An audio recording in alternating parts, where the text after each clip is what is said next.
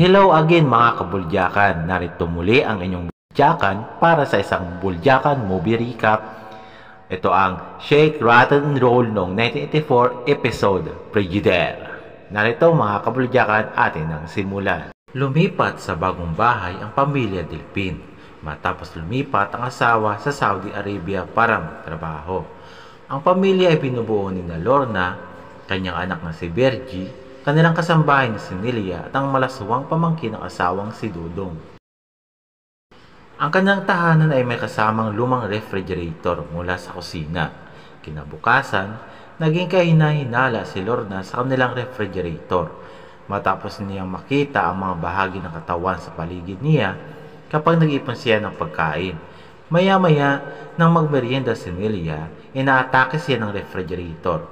Kinaladkad ng refrigerator si Nelia at paulit-ulit na hinampas bago ito bumagsak sa sahig at patay na. Sa mga investigasyon ni Detective Kaloy Torres sa pagkamatay ni Nelia, naniniwala ang detective na si Dodong ang tunay na salarin, pero ipinagtanggol siya ni Lorna. Sinubukan niyang linawin kay Lorna ang pangyayari at ang mga hinala niya kay Dodong at pinayuhan niya itong protektahan ang kanyang anak. Kinabukasan, natagpuang patay ang kasintahan ni Bergie na si Max nang matuklasan ni Lorna ang naputol nitong baso. Tinawag muli ni Lorna ang mga nagsisiyasat upang kunin si Dodong sa kustodiya.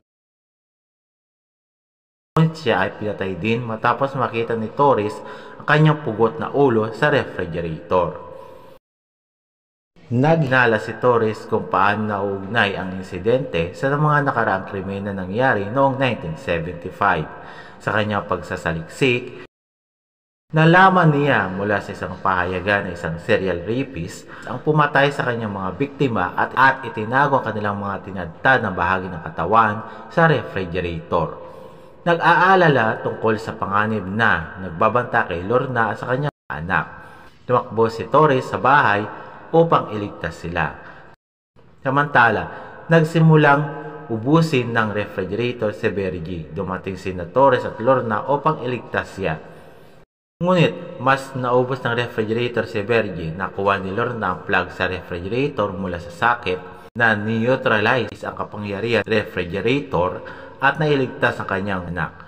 Pagkatapos, ipinakita ni Torres sa pamilya ang mga pahayagan tungkol sa krimen na nangyari sa bahay. Shake, Rattle and Roll noong 1984.